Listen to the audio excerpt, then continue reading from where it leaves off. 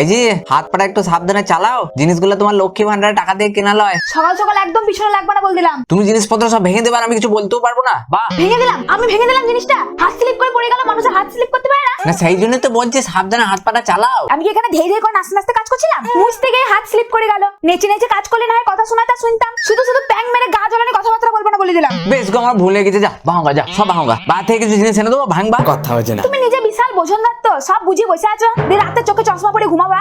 হাত স্লিপ করে জিনিস পড়া বোঝে না, আবার সংসারে জ্ঞান দিতে এসছে। সংসারের হ্যান্ডেলটা এখন আমি মারি বলে টিকে আছে। তোমার হাতে হ্যান্ডেলের দায়িত্ব দিলে না ভিক্ষা করে নিয়ে এসে সংসার চালাতে হবে।